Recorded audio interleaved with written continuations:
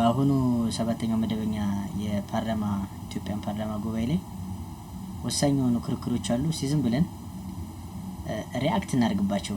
ሁሌ በቀልድ ምናምን ሳይሆን ቁም ነገርም ላይ እናተኩር። እስቲ ጋይስ ቁም ነገርም ላይ እናተኩር። የኢትዮጵያ ኢኮኖሚ ከፍተኛ ፈተናዎች የተደቀነበት እንደሆነ ያብራራሉ። ባይዞ ይሄ ሃርድ ቶክ ይባላል። እንደዚህ አይነት ነገር ማዳመጥ ጥሩ ነው፣ በጣም ይጠቅማል።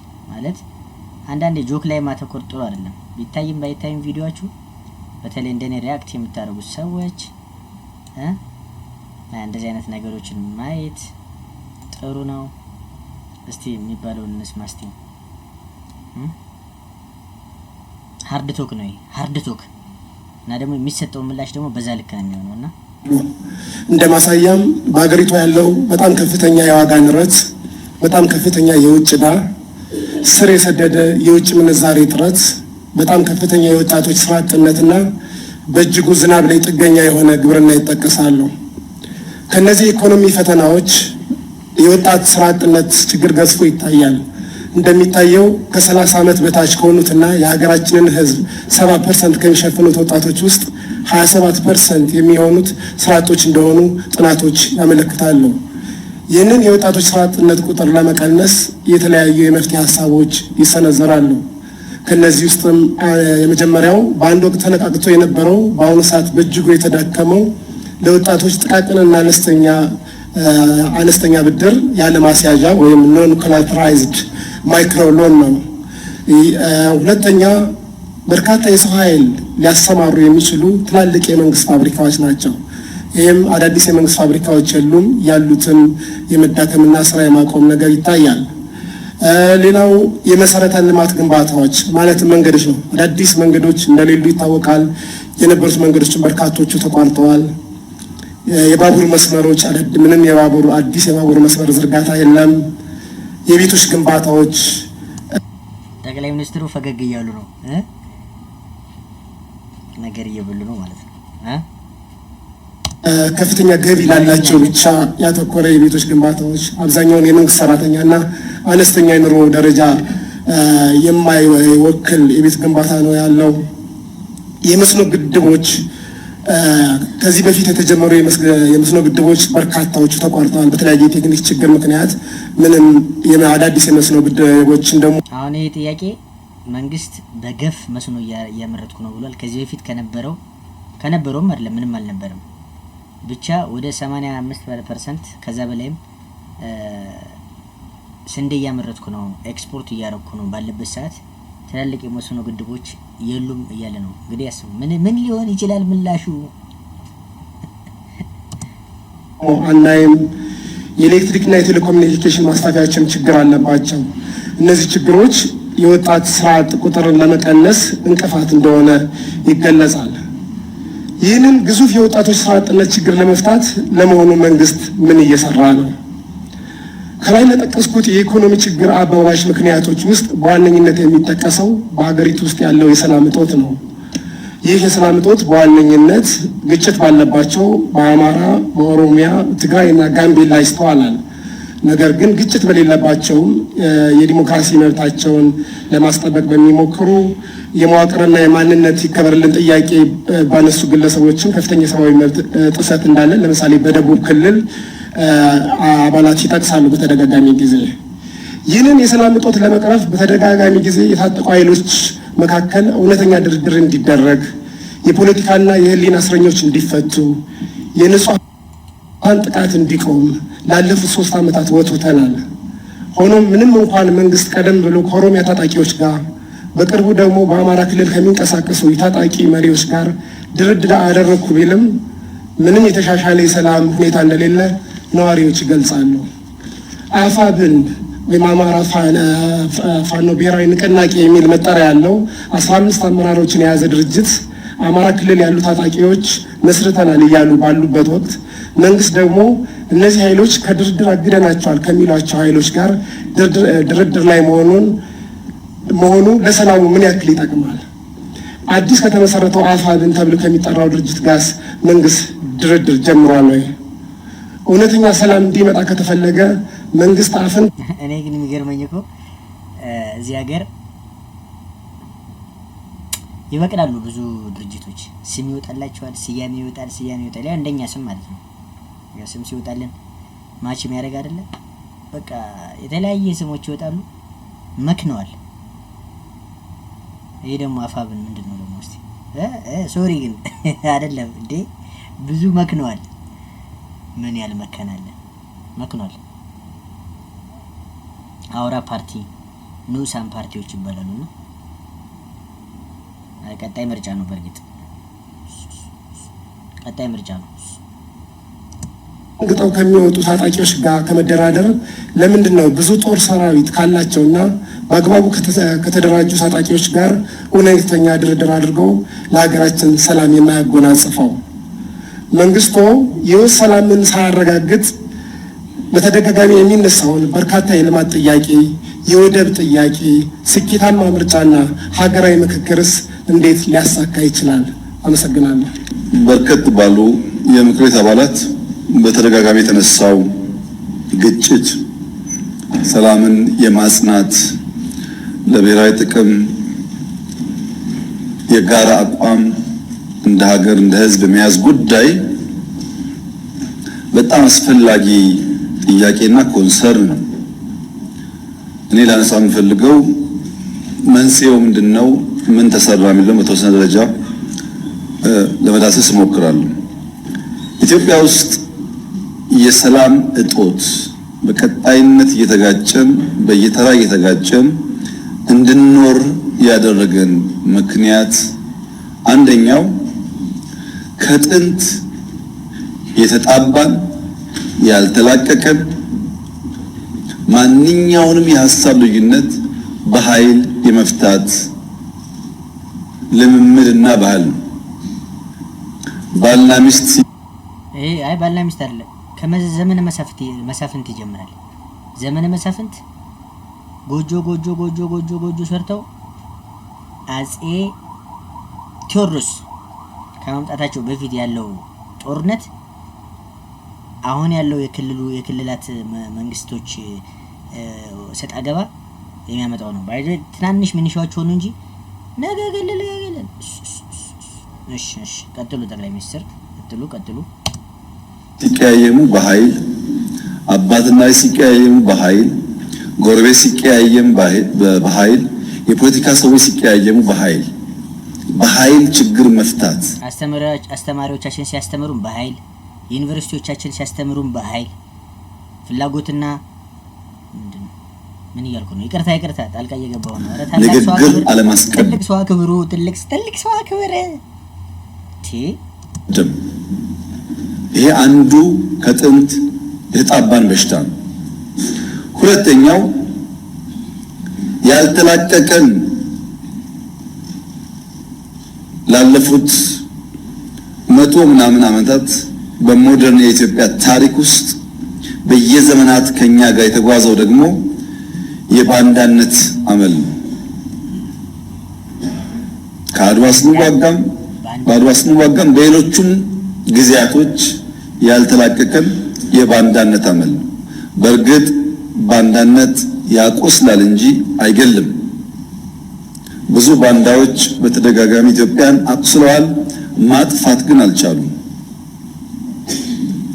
ሶስተኛው ችግር የጠላቶቻችን ዘመን የማይሽረው ጊዜ የማይገታው ያልተቋረጠ ስጋት ኢትዮጵያ ያደገች ለታ በቃ ይኸውላችሁ እመቤቴን በጣም መስማማበት ዋናው ሐሳብ ይሄ ነው። በቃ ኮሎኒያሊዝም በጣም ውስጤ ላይ የሚፋጅ ውስጤ ላይ የሚተራመስ መጥፎ ነገር ኢትዮጵያን ወደ መጥፎ ነገር ሊከታት የሚችል ወደፊትም ቢሆን የሚፈታተናትና የሚገዳደራት ኮሎኒያሊዝም ነው። እውነት ነው የምላችሁ። ኢትዮጵያ ውስጥ ያሉ ብሔር ብሔረሰቦች አንድም ቀን በራሳቸው ፍላጎት ኢንተረስት ተጣልተው አያውቁም። በምዕራብ፣ በምስራቅ፣ በደቡብ፣ በሰሜን የሚገባ ኬሻ ሙሉ ዶላር ነው። በተለይ ግብጽ ኢትዮጵያ ስትበለጽግ ኢትዮጵያ ሀያል ጀግና ሕዝብ ያላት ሀገር ቀና ካለች ችግር ነውና ሳትነሳ እዛ እናስቀራት የሚለው የአንድ ዘመን አይደለም ያልተቋረጠ ስጋትና ኢንቨስትመንት። እነዚህ ሶስት ጉዳዮች ይመጋገባሉ። ጠላት አለ፣ ስጋት ስላለው ኢንቨስት ማድረግ ይፈልጋል። ቀጥታ የሚቀጠር ባንዳ አለ፣ አመል ነው አይለቅም። ያ የሚቀጠር ባንዳ ከተቀጠረ በኋላ በኃይል ችግር የመፍታት ልምምዳችን ደግሞ ባህላችን ደግሞ አለ። ይመጋገቡና በዘመናት መካከል የኢትዮጵያን እድገት እየገቱ የኢትዮጵያን ዜጎች በአብሮነት የመኖር የማደግ ፍላጎት እየተቃረኑ ከኛ ጋር ለመኖር ችለዋል። ባጭሩ ባንዳው ዶላር ይፈልጋል። ዶላር የማይፈልግ ባንዳ ደግሞ ሊኖር አይችልም። ስለዚህ እንዴት እናቆመው? how we ምን እሺ ቀርታ በሀገር ውስጥ ያለው ባንዳ የቤቱን ምሰሶና የቤቱን የቀለም አይነት መለየት ከመቸገር ይመጣል። የዚህ ቤት ቀለም በአንዳንዶቻችን እይታ ነጭ መሆን አለበት፣ በአንዳንዶቻችን እይታ ቢጫ መሆን አለበት፣ በአንዳንዶቻችን እይታ ቀይ መሆን አለበት። ልንከራከር እንችላለን። የዚህ ቤት ቁመና ለሚወስን ምሰሶ ላይ ግን ሁላችንም የጋራ አቋም ከሌለን በቀር ምሰሶን አፍርሰን ስለ ቀለም ብንጨቃጨቅ ግድግዳ በሌለበት መዳረቅ ነው የሚሆነው። የኢትዮጵያን ኤግዚስተንስ የኢትዮጵያን ሕልውና በሚገዳደር ጉዳይ ላይ መቆም የፖለቲካ ስብዕና አያሰጥም። ምክንያቱም የፖለቲካ ስብዕና ምን አይነት ስርዓት ምን አይነት ቀለም በሚለው መጨቃጨቅ እንጂ እንደ ሀገር ኤግዚስት ማድረጋችንን ጥያቄ ውስጥ የሚያስገባ መሆን የለበትም። ይህ ይምታታና የቤቱ ቀለም ይቀየር የሚሉ ሰዎች የቤቱን ምሰሶ ከሚያፈርሱ ሰዎች ጋር አብረው ይቆማሉ። ለምሳሌ የትኛውን ቦታ የሚታጠቅ ሰው ብልጽግና ይውደቅ፣ እኔን እንኳን ብዙ አልጨከኑብኝም፣ አፈጉባኤው ይውደቁ ይሉ ይችላሉ። ነገር ግን ኢትዮጵያ ትውደቅ ከተባለ መጥተው ምን ላይ ይቀመጣሉ ነው? ፓርቲዎች እንዲቀያየሩ ግለሰቦች እንዲቀያየሩ መጠየቅና የኢትዮጵያን ኤግዚስተንስ ጥያቄ ውስጥ ማስገባት የራስ እግር ላይ እንደመተኮስ ማለት ነው። ጠላቶቻችን ጉዳያቸው ማን ተቀመጠ አይደለም። በሚኒሊክ ጊዜም ነበሩ፣ በጃንሆይ ጊዜም ነበሩ፣ በየዘመናት ነበሩ፣ አሁንም አሉ። ቴዎድሮስንም ገድለዋል፣ አስገድለዋል ማለት አይደለም። ራሱን ሽጉጥ እንዲጠጣ አድርገዋል እንግሊዞች። ይኖራሉ ቋሚ ፍላጎታቸው ምሰሶ ማፍረስ እንጂ የቀለም ጉዳይ አይደለም። የተሰወረ የባንዳዎቹ ችግር የቤቱን ቀለም አይነት ለመወሰን የሚደረግ ትግልን ምሰሶን ከማፍረስ ጋር መቀላቀላቸው። ይሄ መማር ለሚፈልግ ሰው ታሪካችን ጥሩ አስተማሪ ነው። አባቶቻችን ተፈትነዋል። አስደማሚ ገድል ፈጽመው ደግሞ ለትምህርት የሚሆን ነገር ጥለውልን አልፈዋል። ለምሳሌ ደጃች ባልቻ አባነፍሶ ንውሰድ። ባልቻ አባነፍሶ በሚኒሊክ ዘመነ መንግስት ስመጥር ጀግና አርበኛ፣ በአድዋ ድል ውስጥ ከፍተኛ ሚና የነበራቸው የጦር አዋጊ ናቸው። ጃንሆይ ሲመጡ አልተግባቡም። አሁን እንደማንግባባ አልተግባቡም። የጃንሆይ መንግስት ግዞት ጣላቸው። ከሲዳሞ ገዢነት አንስቶ ግዞት ጣላቸው፣ እስረኛ ያደረጋቸው። በስተርጅና በግዞት ሳሉ ጣሊያን ድጋሚ መጣ። አድዋ ሄደው የተዋጉ ጀግና ድጋሚ ሲመጣ ሊያባብል ሲሞክር እኔ ጸቤ ከጃንሆይ እንጂ ከኢትዮጵያ አይደለም፣ ኢትዮጵያን ከሚወር ጋር አልቆም ብለው በሁለተኛ ወረራ በስተርጅና ተዋግተው ሞቱ። እሳቸው የሉም። ገድላቸው ታሪካቸው ግን ለሁላችን ትምህርት መሆን አለበት። ሊጋባ በየነ ወይም ደጃዝማች በየነው እንደማገኘው በሚኒሊክ ጊዜ በጣም ስመጥር ሰው ነበሩ። የወላይታ ገዢም ነበሩ። በጃንሆይ ጊዜ አልተግባቡም፣ ግዞት ተጣሉ። ግዞት መጣል ብቻ ሳይሆን አንዳንዴ አፍላፊ ተናግረዋል ተብለው በአለንጋም ተገረፉ። ያኙ ትልቅ ሰው ያኛ አርበኛ በግዞት ሳሉ ጣሊያን ሲመጣ እኔ ጸቤ ከጃንሆይ እንጂ ከኢትዮጵያ አይደለም ብለው ሁለተኛውን ጦርነት ሰሜን እየተዋጉ ነው የሞቱት። ለኛ መጽሐፍ ያስፈልገን። አባቶቻችን ተገልጠው የሚነበቡ ገድል ሰሪዎች ናቸው። እነዚህ ጀግኖች ሀገራቸውን ያስቀደሙት እንደ ዛሬ የፖለቲካ ፓርቲ ኖሮ ግድ የለም ያኛው ፓርቲ ባይመቸኝ ከዚህኛው ጋር ታገላለሁ በሚል አይደለም። ፖለቲካ ፓርቲ ይባል የለም፣ ድፍን ነው፣ መንገዱም የለም። ግድ የለም በሚቀጥለው ምርጫ እወዳደራለሁ በግልም ቢሆን እስከ ምርጫ ልታገስ ለሀገር ብሎ እንዳይባል ምርጫ የሚባል ነገር የለም። ምርጫ የሚቀር ግድ የለም። ኢንክሉሲቭ ናሽናል ዲያሎግ ስላለ በዛ ሀሳቤን የኔን ግሪቫንስ ኤራው ተደርጋለሁ እናገራለሁ እንዳሉ ውይይት የሚባል ነገር የለም። ግድ የለም ሚዲያ ሶሻል ሚዲያ እንዳይሉ ሚዲያ የለም። ብዙ አማራጭ የላቸውም። ምርጫቸው ግን የኢትዮጵያ ህልውና፣ የኢትዮጵያ ኤግዚስተንስ፣ የኢትዮጵያ ምሰሶ ነው። አሁን ያሉ ሰዎች የበጎች ጸብ ለነብሩ እንደሚመች ራበኝ መጣሁ ደስቴን ይዤ ልምጣ። ምግብ ያስፈልጋል። ምግብ ወይ ቁጭ ብሎ እንደዚህ መስማት ማዳመጥ ሪያክት ማድረግ ነው ያስርባለከ። ነብሩ ሁል ጊዜ የሚፈልገው በጎችን አጋይቶ በዛ ገበያ ውስጥ መጠቀም መሆኑን መገንዘብ እስካልቻል ድረስ ጥፋት ይመጣል። እዚህ ውስጥ ብዙ ጉዳይ ተነስቷል። ለምሳሌ የኛንና የኤርትራን ጉዳይ ላንሳ። አንዳንድ ሰዎች በኢትዮጵያና በኤርትራ መካከል ችግር የተፈጠረው የኢትዮጵያ መንግስት የቀይ ባህር ጥያቄ ስላነሳ ነው ብለው ይላሉ፣ ያስባሉ፣ ይተነትናሉ። ግን አይደለም። ኤርትራ ከተፈጠረች ዘመን ጀምሮ በኢትዮጵያ መንግስትና በኤርትራ መካከል ኢሹ ነበረ፣ ታውቃላችሁ። እኛ ከመጣን በኋላ አያስፈልግም ይቅርብን ብለን ሞክረናል። 5 ዓመት ለምነናል። ጸቡ የተጀመረው ብዙዎች እንደሚያስቡት የቀይ ባህር ጉዳይ ሲመጣ አይደለም።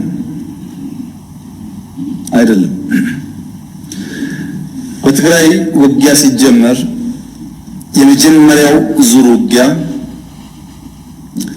ሽሬ ካስለቀቅን በኋላ የኤርትራ ጦር ከኋላ ተከትሎ ሽሬ ገብቶ የአንዳንድ ሰዎችን ግለሰቦች ቤት ማፍረስ፣ ፎቅ ማፍረስ ሲጀምር ጸብ ተጀምሯል። አልተናገርንም እንጂ አክሱም ይዘን ስናልፍ አክሱም ገብቶ ወጣቶች በጅምላ ሲረሽን ጸብ ተፋፍኗል። አድዋን ይዘን ስናልፍ አድዋ ሄዶ ፋብሪካዎች ሲፈታታ ሲሰርቅ ጸብ ተጋግሏል። አዲግራት ደርሰን የመድኃኒት ፋብሪካውን የሚነቀለውን ነቅለው የማይነቀለውን ሲያፈራርሱ ጸቡ ጫፍ ደርሷል። ግን የኢትዮጵያ መንግስት ያኔ በዚህም ለመዋጋት ብቃት አልነበረም። ውስን ኃይል ነበረ። ሽሬን ከያዝን በኋላ ያጠቃውን ጣት እንከተል ነበር እንጂ የያዝነውን ቦታ እያጸናን አንሄድም። ይህ ጉዳይ የተከበረው ምክር ቤት ለዛሬ ዋጋ የለውም። ለታሪክ ማንሳት የምፈልገው ጉዳይ አክሱም ወጣቶች ሲገደሉ፣ አድዋ ሲዘረፍ፣ አዲግራት ሲዘረፍ በርካታ ኢንቮይ ወደ ኤርትራ ልኬያለሁ። የላኳቸው ሰዎች ገሚሱ አሁን ከኛ ጋር የሉ። ለምሳሌ ክቡር አቶ ገዱ ያኔ የውጭ ጉዳይ ሚኒስትር ነበሩ። ከአንዴም ሁለቴ ኤርትራ ልኬያቸዋለሁ። የላኳቸው የትግራይን ህዝቤን አታገሳቅሉ፣ ሀብቱን አትዝረፉ፣ ጸቡ ከቲፒኤልኤፍ እንጂ ከትግራይ ህዝብ አይደለም የሚል ነው። አቶ ገዱ አሁን እኛ ጋር የሉም፣ ግን ክር አላቸው፣ ህሊና አላቸው። ዛሬ ቢደብቁ በታሪክ ውስጥ ይወጣል። ለምን ጉዳይ ነው እንደተነጋገሩ እሳቸውም ያውቃሉ፣ ሻዕቢያም ያውቃል፣ እኛም እናውቃለን። አሉ አልሞቱም። እሳቸው አክሰስ ይደረጋሉ፣ ሊናገሩ ይችላሉ። ለክራቸው ሲሉ ለቤታቸው ሲሉ ማለት ነው። ለምን ጉዳይ እንደሄዱ በእሳቸው መፈታት ሲያቅተው አቶ ደመቀ ልክ ያለው አቶ ደመቀ አሁን እኛ ጋር የሉም፣ በህይወት ስላሉ ለእምነታቸው ለሌላቸው ሊጠየቁ ይችላሉ። ለምን ጉዳይ እንደሄዱ ያውቃሉ። ከነሱ ውጭ አሁን ሲስተም ውስጥ ያሉ 2-3 ሰዎች ልክ ያሉ።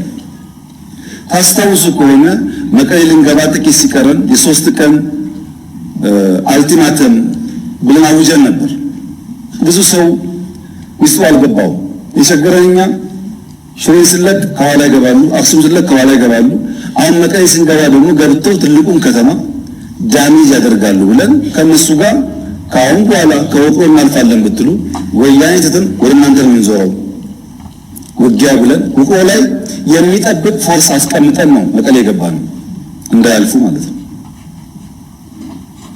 ይህ ጸብ ተፋፍሞ ሄዶ የፕሪቶሪያ ስምምነት ሲፈረም እንዴት ቲፒኤልኤፍ ሳይጠፋ እንዴት ትግራይ ሳይወድም ፊርማ ይደረጋል በሚል ነው የመጨረሻ ጫፍ የደረሰው ጸቡ። ከዚህ ኃይል ጋር ነው እንግዲህ አንዳንድ ቲፒኤልኤፍ ሰዎች ሆነው ኢትዮጵያን ለማፍረስ እንስራ ያሉት። የትግራይ ህዝብን የሚጎዳና የሚጠቅም ነገር ይሄ መንግስት ነው የሰራው ወይስ ቲፒኤልኤፍ? ሁሉም ቲፒኤልኤፍ ላይሆን ይችላል። አክራሪ ቲፒኤልኤፍ በሚል ሊወሰድ ማን ነው የሚለው ዛሬ ብዙ ኢሞሽን፣ ብዙ ፕሮፓጋንዳ፣ ብዙ ውሸት ስላለ ችግር የለውም። ነገ ግን ታሪክ ያወጣዋል። ማንም ሰው እውነትን ለጊዜው መሸፈን እንጂ ከናካቴው ማጥፋት አይችልም። እኛ መጨረሻ ፕሪቶሪያ ስንፈራረም በዚህ እስማማለሁ። ማንም ሰው እውነትን ለጊዜው ሸፍናታል እንጂ የምር ይወጣል። አሁን እዚህ ጋር እኔ ውሸት ያለው አይመስለኝም። ይሄ ንግግር ምንም አይነት ቅጥፈት ያለው አይመስለኝም። ሪያሊቲ ነው። ሰው ስለማተው ስለክሩ ካለ እውነቴን ነው የምነግራችሁ፣ ውሸት አይሆንም። መቀሌ ለመግባት አንድ ቀን ይቀረን። አሸንፈናል ጦርነቱ እንደምታውቁት። ያለው ግን ምንድነው? መቀሌ መግባት ድል አይደለም። ህዝባችንን ማንጠብቅ ከሆነ ተመልሶ ይዘረፋል፣ ተመልሶ ይገደላል። ያ ከሚሆን ሰላም ይሻላል። የኛው ህዝብ ነው ከሚጎዳብን ይቅርብን በሚወሰን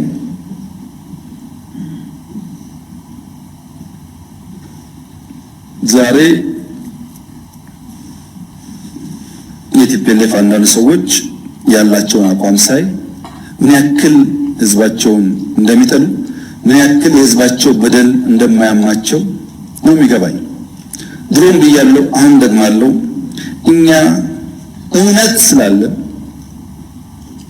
በቅንነት ለህዝባችን ማገልገል ስለምንፈልግ ቲፎዞ ባይጮህ፣ ሶሻል ሚዲያው ባይጮህ፣ አክቲቪስቱ ባይጮህ፣ እውነተኛው ፈራጅ ግን ስለሚያይ ማንም አያሸንፈንም። ማንም ቲፒኤልኤፍ በኤርትራ ወታደር ዘረፋ እንዳይካሄድበት ስንጠብቀው ኖረን አማራ ክልል ሲገባ ቲፒኤልኤፍ ያደረገው ነገር ያሳፍራል። ፋብሪካዎች አፍርሷል፣ ትምህርት ቤት አቃጥሏል፣ ባንክ ዘርፏል። የኢትዮጵያ መከላከያ ሰራዊት መቀሌ ነበረ በብቸኝነት ቲፒኤልኤፍን አባሮ ሻዕቢያን ሳያስገባ። መቀሌ አንድ ቤት የፈረሰ አታገኙም። አንድ ቤት ቲፒኤልኤፍስ ቢሆን አማራ ክልል መጥቶ እንደዛ አይነት ነገር ማድረግ ነገ ለሚቀየር ታሪክ አስፈላጊ ነበር? እንደዚህ ያለው ኢትዮጵያን ያላስቀደመ ለጊዜ ድል፣ ለጊዜ ሳውንድ ባይት፣ ለሚዲያ ጫወታ የሚደረግ የፖለቲካ ስብዕና በዘላቂነት በራሳችን ህዝብ ላይ ጉዳት የሚያመጣ ብቻ ሳይሆን በታሪክ መነጽር ሊጋራው በየነን ዛሬ ታሪክ እንዳነሳቸው በታሪክ ውስጥ የምር እቺ ስፒች እቺ ዜሬ ያያል ፈጣሪ ያውቀዋል የተደበቀውነት ምናምን ሚል የሆነ ሳሳተ ነገር ያለ ይመስለኛል እውነት ሰውየው ከልቡ ነው እዚህ ጋር ነው እውነት አንደርስታንድ ባረኩበት መጠን ማለት ነው ይነሳል ታሪክ አያዳላም ምን አይነት የፖለቲካል ስብዕና ነው የተገነባ ያለው ያላችሁ እንደሆነ ፈረንጆች ዴማጎግ ይሉታል ዴማጎግ ፖለቲካል ካራክተር ያላቸው ሰዎች የፖለቲካል ሊደርሺፕ ሲመጡ የሚያስቀድሙት ምክንያት ሳይሆን ኢሞሽን ለምሳሌ የወልቃይትን ጉዳይ እንዴት እንደምንፈታ በህገ መንግስት አግባብ ብለን ከተስማማን በስተቀር ከተስማማን በኋላ ወልቃይት ካልተመለሰ ተስማምቶ ፈርመዋል ይሄ ዴማጎግ ነው በትንሽ ስሜት ህዝብን ለመቀስቀስ የሚደረግ ነገር ማለት ዴማጎገሪ ቀላል መፍትሄ የሚፈልገው ዘላቂ መፍትሄ ላይ አያተኩርም ቀላል መፍትሄ መፈክር በመፈክር ለውጥ በጣም ኖሮ ባለፉት 50 ዓመታት እንደ ኢትዮጵያ መፈክራዎች እኮ አልነበሩ በመፈክር አይደለም ለውጥ የሚያጣው ይሄ ዴማጎገሪ አደገኛ ነገር ነው ተቋም ማፍረስ ከፋፋይ ሐሳቦች ትረስት ማጥፋት የመሳሰሉ የዴማጎግ ካራክተር ያላቸው ፖለቲካል ፐርሰኔል የሚከተሉት መንገድ ነው ኢትዮጵያ ውስጥ ያለውን ጉዳይ እያፋፋመ ያለው በዘላቂነት ድል ያመጣሉ ወይ በፍጹም ለምን ፕራግማቲስት አይደሉም ፕራግማቲስት ማለት በየቀኑ ያለችውን እድል በመልካምነት የሚጠቀም ማለት ነው ለምሳሌ ቅድም አንድ ወንድሜ ሲያነሱ የሚሰራው ቤት ለሀብታም ብቻ ነው አሉ እኔ ያዋሪ ሰራውት ለሀብታም ነው ይሄ ዴማጎግ ነው እፍታ መውሰድ ነው ፋክት አይደለም መጥፎ ባህሪ ነው ባይዘው ፋክትን እውነትን ዲናይ ማለት ጥሩ አይደለም አርሶ አደር ይቀየር ብለን በየመንደሩ ያያችሁ በቲቪ ሰራነው ቤት የሚባል ያልነበራቸው ሰዎች ሽንት ቤትና ቤት ሶፋ ቲቪ ነው ማድረግ ሀብታም አይደለም ስንት ሀብታም ኢትዮጵያ ያለና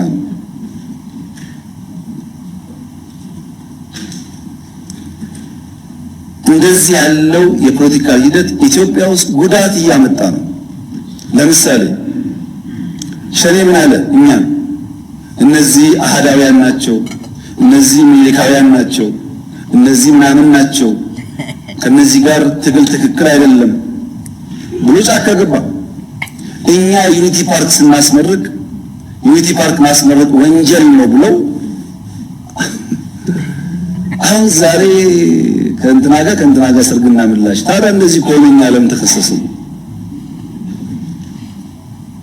እፍታ ነው ትናንትና ምን ብዬ ነበር ምን ሰርቼ ነበር የት ጋር ቆሜ ነበር የሚል ነገር አይታይም ሰው የዕለት ዕለቷን ብቻ ስለሚያይ ማለት ነው ታሪክ ሽሚያ ይሄ ዴማጎገሪ የተጣውተን ያለ ባህሪ የኢትዮጵያን ፖለቲካ በከፍተኛ ደረጃ የሚያዛባና ጉዳት የሚያመጣ ነው የኛ ምርጫ በዘላቂነት ነገን በሚፈውስ ጉዳይ ላይ ማተኮር ነው ለዚህ አንደኛው መፍትሄ የማድረግ አቅማችን ማሳደግ የኢትዮጵያን የማድረግ አቅም ማሳደግ በምን በኢኮኖሚ እድገት በተቋም ግንባታ ክቡራትና ክቡራን ከዚህ ለውጥ ጊዜ ለውጡ ሲመጣ የኢትዮጵያ አየር ኃይል አንድ ብቻ ሄሊኮፕተር ብቻ ነው አየር ላይ ማብረር የሚችለው የተቀረው ግራውንድ ሆኗል ዛሬ በተለያየ ስም የሚጠሩ ከመቶ በላይ አውሮፕላኖች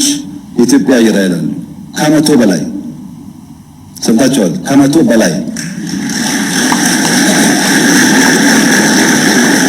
ለምንድነው ተቋምን ገነባ ያላችሁ እንደሆነ ባንዳው ከማቁሰል አያልፍም ዝግጅቱ ለቁስል ሳይሆን ምሰሶ የሚገዳደሩ ኃይሎች ከመጡ ኢትዮጵያን ለማጽናትና ለማስቀጠል ስራችን እሱ ላይ ነው ለምሳሌ ጠላቶቻችን ለባንዳዎች 10 ብር ደሞዝ መክፈል የሚችሉ ከሆነ እኛ ለኢትዮጵያ 100 መክፈላችን ማረጋገጥ አለብን። ከነሱ ይበልጥ ሀብት ካላመነጨን በስተቀር በሀብት ምክንያት፣ በሚዲያ ምክንያት፣ በዲፕሎማሲ ምክንያት ጫና ያመጣሉ። ለምሳሌ የኤርትራ መንግስት የኢትዮጵያ መንግስት የውስጥ ጉዳዩን መፍታት ሳይችል ቀርቶ የቀይ ባህር ጉዳይ ያነሳል ብሎ ይከሳሉ። የውስጥ ጉዳያችን ላይ ሽንኩርት ከታፊው፣ በርበሬ አቅራቢው፣ አማሳዩ ተቀምጦ ሳለ ውስጥና ውጭ የሚለው ጉዳይ እንዴት ይሆናል? መብቃት ነው መፍትሄው።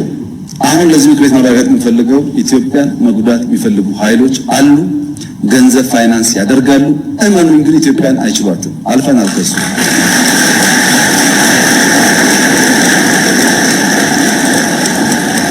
ገንዘባቸውን ያፈሳሉ፣ ይከስራሉ። እኛ እንቀጥላለን ጉዟችንን። በውስጥ የውይይት በር ክፍት ማድረግ አለብን። ዛሬ ባንዳ የተባለ ሰው፣ ዛሬ ከኢትዮጵያ ተቃርኖ የቆመ ሰው ልብ ገዝቶ በቃኝ ካለ ሁሌ ክፍት መሆን አለብን። ቂም መያዝ አያስፈልግም። የግል ጉዳይ አይደለም፣ የሀገር ጉዳይ ስለሆነ አንዳንዱ ተሳርቦ ሊሆን ይችላል፣ ጎርቶ ሊሆን ይችላል። ልቤ ታድሷል፣ አእምሮዬ ተቀይሯል ካለ በራችን ክፍት መሆን አለበት። ይቅር ለማለት አላደረግንም። እኛ ከእስር ቤት ጀምሮ ስንቱን ይተው። ለምን? ኢትዮጵያኛ ጉዳያችን ስም አይደለም፣ ጉዳያችን ስድብ አይደለም። ኢትዮጵያን የሚጠቅም እስከሆነ በይቅርታ ለማለፍ ዝግጁዎች ነን። በዚህ ደግሞ በጣም በርካታ ሰዎች በአፋር፣ በቤኒሻንጉል፣ በኦሮሚያ፣ በአማራ በጣም ብዙ ሰው እየተመለሰ ነው። መመለስ እኮ ፋሽን ነው። ድሮ መውጣት ፋሽን እንደነበረው መመለስ ፋሽን ነው። ግን ሲመለሱ ማንም ሰው ለሰላም ዝግጁ እስከሆነ ድረስ ለመወያየትና ለይቅርታ ዝግጁ መሆን ያስፈልጋል። ለኢትዮጵያ ሲባል የግል ስሜትን ወደ ጎን ትቶ ማለት ነው። ብሔራዊ ጥቅም ላይ አሁን ያለው ሁኔታ በጣም ተሻሽሏል። በጣም ለምሳሌ በጫካ ያሉ አንዳንድ ግለሰቦች ብልጽግና ጋር ሲታገሉ ቆይተው የትግሉ አቅጣጫ መልክ ስቶ ባዳና ባንዳ መቀናጀቱን ሲያዩ እኛማ ጉዳያችን እንደዛ አለን ብለው የተመለሱ አሉ። እዛ ሆነው ምን አይነት ጥይት ቤት በኩል ምን አይነት ሬዲዮ የገባ እንዳለ መረጃ ይሰጡናል። ለአሁን ሲታይ ጠላት ናቸው፣ ግን በኢትዮጵያ ጉዳይ ላይ በኢትዮጵያ ጥቅም ላይ የመጣ ሲመስላቸው ደግሞ አእምሯቸው ተቀይሮ ልብ ገዝተው ለመከላከያ መረጃ የሚሰጡ ደግሞ ሰዎች አሉ። ለውጥ አለ ማለት ነው። የሚደንቀው ነገር በኢትዮጵያ ጉዳይ ላይ የማይደራደረው በአማራ አካባቢ በኦሮሚያ አካባቢ ያለው ብቻ አይደለም። በትግራይ አካባቢ ያለውም ወታደር ለትግራይ ጥቅም ነው እንጂ የሚሞተው ኢትዮጵያ መጉዳትማ አልፈልግም ብሎ የሚቆመው አይደል? ቀላል ቁጥር አይሰጠው፣ ቁጥሩ ቀላል አይደለም። ይሄ በብሔራዊ ጥቅም ላይ ያለ አንደርስታንዲንግ እና መግባባት እየተሻለ እንደመጣ ያመለክታል። መፈናቀል በሚመለከት ኢትዮጵያውያን በፈለጉት ከባቢ በሰላም ሰርተው መኖር ህገ መንግስታዊ መብታቸው ነው። ማንም የሰጣቸው የሚከለክላቸው ጉዳይ አይደለም፣ መብት ነው። የተፈናቀሉ ሰዎች መመለስ ይፈልጋሉ። ቀድሞ የነበሩበት ከባቢ ይምጡልን ይላል። ማን የያዛቸው ነው ጉዳዩ። ለምሳሌ ጦርነት ሲጀመር ትግራይ ከኢሉባቦር ሸሽተው ትግራይ የሄዱ ሰዎች ነበሩ፣ አርሶ አደሮች። የተከበረው ምክር ቤት ከዛ ከመጣች ሰዎች ኢሉባቦር ስትሄዱ አጥሩ ይሄን ጉዳይ ትክክለኛ መረጃ ነው። ሰዎቹ ሸሽተው ትግራይ ገብተዋል። ኢሉባቦር ያሉ አርሶ አደሮች ከነሱ ማሳ ቡና ለቅመው ሽጠው ገንዘቡን በአካውንታቸው ያስገባሉ። ሰዎቹ የሉም። ከእርሻቸው ላይ የተመረተውን ሽጠው ገንዘቡን በራሳቸው አካውንት ያስገባሉ። ሰዎቹ የኛ ሰዎች በሌለንበት ሰርተው አካውንታችን እያስገቡ ነውና በቃ እንመለስ ብለው ተመልሰው ይባበራሉ። እየኖሩ ነው። ይሄ ነው በቃ ማርያምን ትክክለኛ ፍቅር አሳዩ። በቃ ፍቅራቸውን እዚያ ያሉት ይቸገራሉ ብለው አካውንታቸው ላይ ቡናውን እየለቀሙ እየሸጡ ያስገቡላቸዋል። ፍቅር ሳባቸው ማለት ነው። ፍቅር ሳባቸው እና ሄዱ ተመልሰው። ግን ሌላ ኢምፓክት አለው አስተዋጽኦ ምንድነው? ፍቅር ነው እዛ ያለው። እዛ ቦታ ፍቅር አለ። እሺ በራያ አይታችኋል፣ ሰው ተመልሷል፣ እየኖረ ነው። በጸለምት አይታችኋል፣ ሰው ተመልሷል፣ እየኖረ ነው። ብዙ ኦሮሚያ አካባቢ ተመልሷል፣ እየኖረ ነው።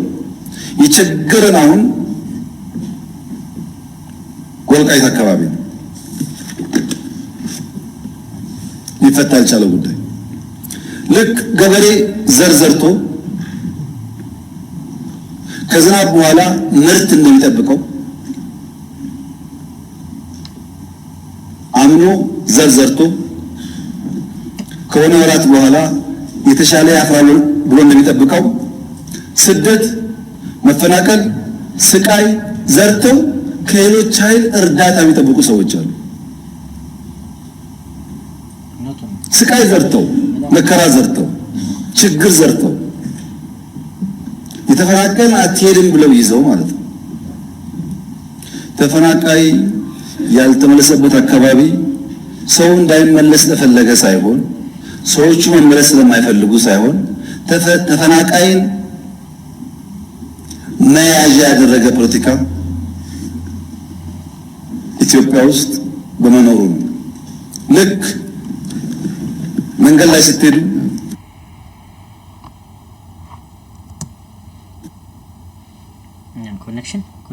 ኮኔክሽን ምንድነው? የኔ ቢጤዎች ኮኔክሽን እንጨርስ ትንሽ ደቂቃ ነው የቀረን። ከ40 ደቂቃ 37 31 8 ደቂቃ አካባቢ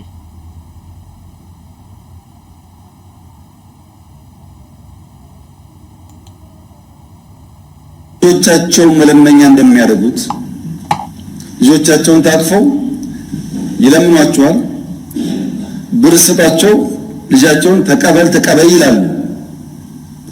ከተቀበሉና ከሄዱ በኋላ ወዲያው ይቀበሏቸዋል። ታውቃላችሁ፣ የነሱ ስራ ከሰጪው ተቀብሎ ማቀበል ብቻ ነው። ያ ገንዘብ ምን ላይ እንደሚውል እሱ ነው። የኔቢጤዎች ልጆቻቸውን መለመኛ እንደሚያደርጉት አንዳንድ ፓርቲዎች ተፈናቃይን የራስ ህልውና ማቆያ ያደርጓቸዋል። ይህን ለማሻሻል ብዙ ሙከራ ተደርጓል። ብዙ ስራ ተሰርቷል። የወልቃይት አካባቢ ነዋሪዎች ከትግራይ የሚፈናቀሉ፣ ከወልቂጤ የሚፈናቀሉ፣ ከአሶሳ የሚፈናቀሉ ወልቃይት በሰላማዊ መንገድ መኖር 100% መብታቸው ነው። ይሄ የፌዴራል መንግስት በጽኑ የሚያምነው ጉዳይ ነው። ነገር ግን ወልቃይትን በሚመለከት ሁላችሁም ታውቃላችሁ፣ ሚስጥር አይደለም። የይገባኛል ጥያቄ በአማራና በትግራይ ክልል ለረጅም ጊዜ ቆይቷል። ሁለቱም ክልሎች ማስረጃ አስደግፈው ተቀባይነት ይኖረው ማይኖረው ይሄ ቦታ ይገባኛል ይላሉ። ፌዴራል መንግስት እያለ ያለው ሰው አይፈናቀል፣ ባለበት ይመለስ፣ ራሱን ያስተዳድር፣ ራሱ ይወስነው ነው። አንድ ሰው ተቀምጦ ከሚወስን በሪፍረንደም በህጉ አግባብ ይወሰን። ለምን ማን መወሰን ይችላል? አሁን በዛ ህዝብ ህልውናና መሻት ላይ ማን ከእናንተ መካከል መወሰን ይችላል?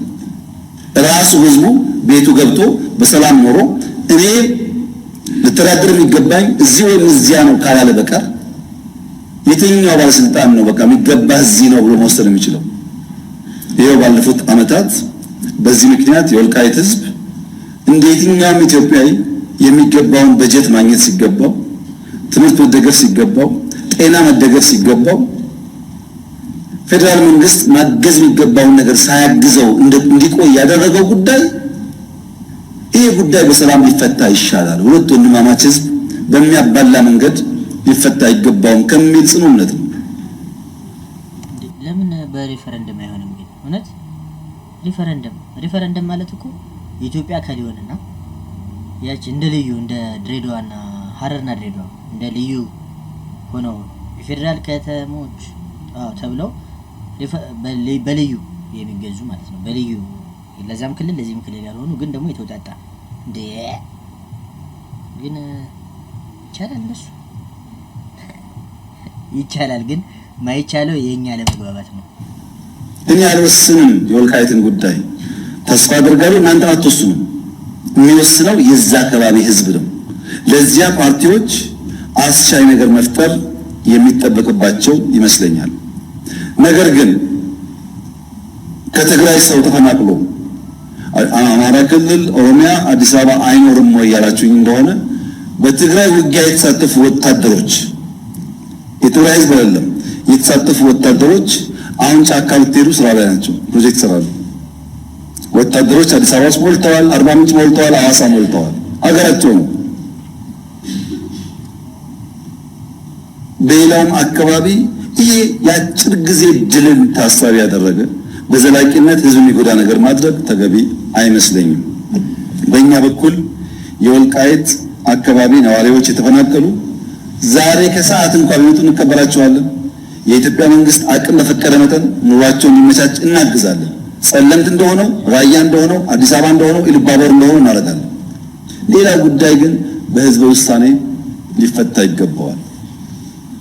ይሄ ዲሞክራሲያዊ አካሄድ ብቻ ሳይሆን ህገ መንግስታዊ ነው።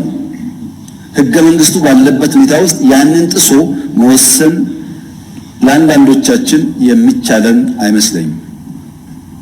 በዚህ አግባብ ቢታይ መልካም ነው። ፕሪቶሪያ ፍቱን መድኃኒት ነው። ቅድም እንዳልኩት አሸንፈን ሰላሙ ይሻላል ብለን የተፈራረም ነው። ፕሪቶሪያ ፕራይመሪሊ ለፌዴራል መንግስት የሰጠው ግዴታ መብራት፣ ቴሌኮም፣ አየር፣ በጀት ድጋፍ፣ ባንክ፣ ሰርቪስ ትግራይ ይፈጠር ነው። 100% መልሰናል። 100% ከዛ በላይ በዛ ሳይድ የታጠቀ ይፍታ፣ የተፈናቀለ ይመለስ ነው። ከፊሉ መጥቷል፣ ከፊል ይቀራል። አሁንም እዛ ላለው ኃይል የኔ መልእክት ህዝቡ ወደ ቤቱ ይግባ፣ ወደ ቀዬ ይግባ፣ ስራውን ይስራ። እኛ ፖለቲካዊ እንጨቃጨቅ ስለ ቀለሙ ጉዳይ ህዝብ እያሰቃየን አይሁን የሚል ነው። ትግራይ አንጻራዊ ሰላም አለ። እንደምታስታውሱት ከህዝብ ጋር ውይይት አድርጌያለሁ። እኔ ከተለያዩ ወደ መጥቶ ተወያይተዋል። የሀገር ሽማግሌዎች፣ የፖለቲካ ሰዎች ብዙ ስብሰባ አድርጌያለሁ። የትግራይ ህዝብ ሰላም፣ ልማት ይፈልጋል። የትግራይ ህዝብ አሁን ካለበት ውጥንቅጥና አረንቋ የሚያወጣው እንደ ሌሎች አካባቢዎች ራሱ ተግቶ ለፍቶ መልማት ይፈልጋል። የትግራይ ህዝብ ከሌሎች ወንድም ኢትዮጵያውያን ጋር በሰላም መኖር ይፈልጋል። ታዲያ ችግሩ ምንድነው ያላችሁ እንደሆነ ይሄ ስልጡን ፖለቲካ የሚያውቅ የታገለ ያታገለ ህዝብ መድረክ እንጂ ተዋናይ መሆን አልቻለም። በፖለቲካ ውስጥ መድረክ እንጂ ተዋናይ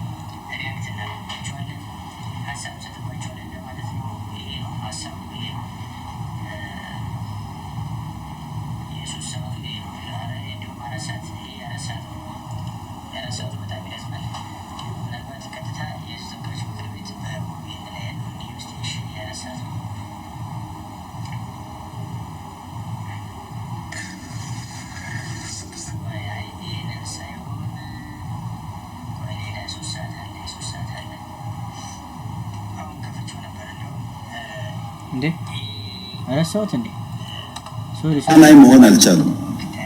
መድረክ ይጫወቱበታል እንጂ አይጫወትም። የትግራይ ህዝብ ከመድረክነት ወጥቶ የፖለቲካ ተዋናይ ለመሆን ራሱን በአዲስ ቲንኪንግ መቃኘት አለበት። ሁል ጊዜ በአንድ አይነት አስተሳሰብ የምንቆይ ከሆነ ብዙ ነገር ውስጥ እናደርጋለን። ድሮ አባባል ነው፣ አሁን ይታያል እኮ። መቀሌ ባለፉት 3 ዓመታት እንደ አዲስ አበባ፣ እንደ ባህር ዳር፣ እንደ ድሬዳዋ፣ እንደ ጅጅጋ ተሰርታ ቢሆን ምን እንደምታስቡት? ሁሉም እኩል ገቢ ያለው እኩል ድጋፍ አለው። ሀሳብ ከሌለ ግን ጊዜ ካልሰጠን ግን ልማት አይሰራም። እና የትግራይ ህዝብ በቀጣይነት የፖለቲካ መድረክ ሳይሆን ተዋናይ እንዲሆን መደገፍ ያለበት ይመስለኛል። በትግራይ ውስጥ ከአንድ በላይ የፖለቲካ ፓርቲዎች አሉ። 5፣ 6፣ 10 ፓርቲዎች አሉ። ችግር የሆነው አብዛኛዎቹ የትግራይ ፖለቲካ ፓርቲዎች ያሉበትን ደረጃ ማሻሻል አልቻሉም።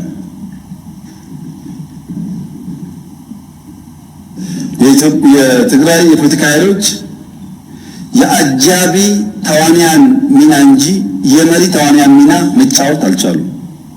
አንድ ቲያትር የሚሰራ ሰው ሁል ጊዜ አጃቢ አይሆንም። 5 ዓመት ያጅብና አንድ ቀን መሪ ተዋንያን ይሆናል። መሪ ተዋንያን ወደ መሆን ካላደጉ በቀር አጃቢ ተዋንያን ሆነው ተሰብሰቡና ምርጫ ያስፈልግላችሁ መግለጫ አውጡ፣ ተሰብሰቡና እንደዚህ አድርጉ ከሆነ እዛ አካባቢ ያለው ፖለቲካ እድገት ወደሚፈለገው ደረጃ አይደርስም።